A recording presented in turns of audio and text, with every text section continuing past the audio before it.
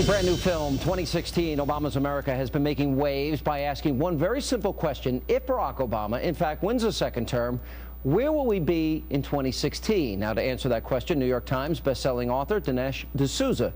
He traveled around the world in search of the real Obama and even spoke for the first time on film with the president's half-brother. Take a look at this. During the campaign, I was surfing the web.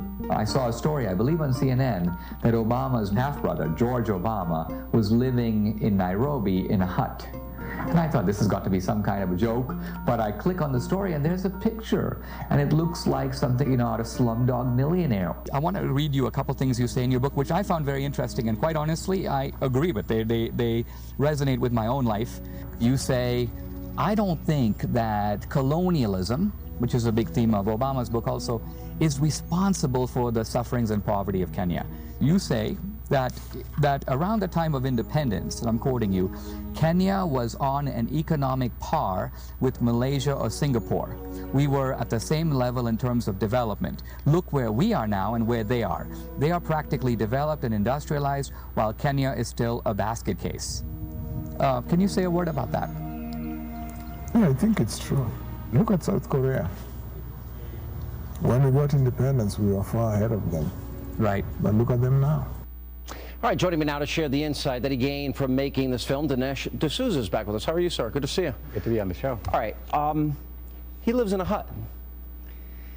It's not odd that you've got Obama, who's wealthy, and the president, and he's got a relative in the hut, his half-brother. What is odd is that Barack Obama has been going around the country saying, we are our brother's keeper. Says it all the time. Yeah. Fair share. We just played it. His right? argument is we have obligations to people, even people unrelated to us. So here is his own half-brother living, by the way, not in American poverty. This is third world poverty of the kind I saw growing up in India. Oh. And Obama won't lift a finger to help him. Well, that's the point. He has not given his brother a dime, not a penny. And he met him, remember they had the photo op, right? Same brother. Yeah.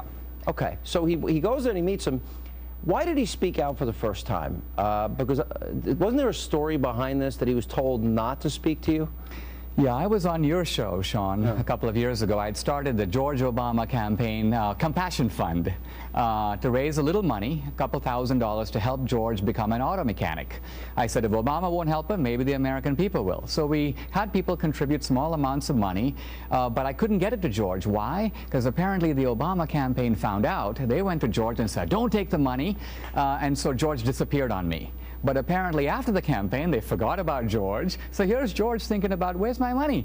And so when I contacted him now, 2 years later, George is like, come on down. I'll be happy to talk to you, and maybe you have a little present for me. So here's the president lecturing at we're our brother's keeper. Here he gets a photo op with his half-brother. Here he sees his half-brother's living in poverty. He's a multi-millionaire. Joe Biden donates like nothing to charity. He's a cheap, vice president cheapskate. He's basically saying the president's a cheapskate when it comes to his own brother. Well, he is. Now, that's not the whole story. I mean, by the way, this is a pattern with Obama. He has an aunt, his father's sister, who is, as we speak, selling coal on the streets of Kenya for a couple of dollars a day. She's quoted in an article saying she wants to get her teeth fixed, but she doesn't have the money. So Obama's not a helper, let's put it that way. No. Liberals are helpful, but only with other people's money. They're so generous. They have such a moral obligation. Why wouldn't he help his own brother? Why wouldn't he help his own... Well, in the film, in 2016, you see a little window about George, which gives you a clue about why Obama may not be too happy with this guy. And you saw a little bit in the clip, but there's a lot more in the film, where George basically is, I would say, politically incorrect. Here is Obama, the West is to blame, America's influence is bad, capitalism is awful, and here's George, who in a way has very different opinions than, in fact, I sort of left the interview and I was kind of joking to my producer. I said, maybe we elected the wrong Obama.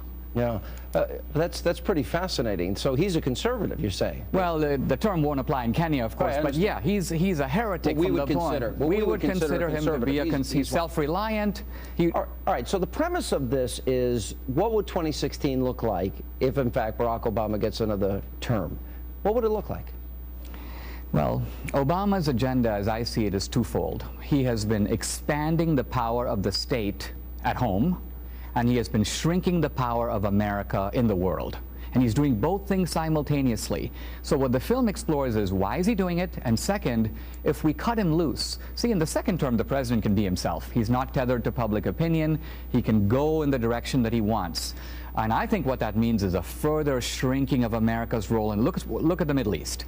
We have seen Iran, and we have seen Egypt slide into the radical Muslim orbit. And Libya recently. So what's the third most important country in the Middle East? Syria. Well, Saudi Arabia. Saudi Arabia. Now imagine if the radical Muslims got Saudi Arabia. Then you would have all the three major countries of the Middle East. And Jordan's hanging in the balance. Jordan's hanging in the balance.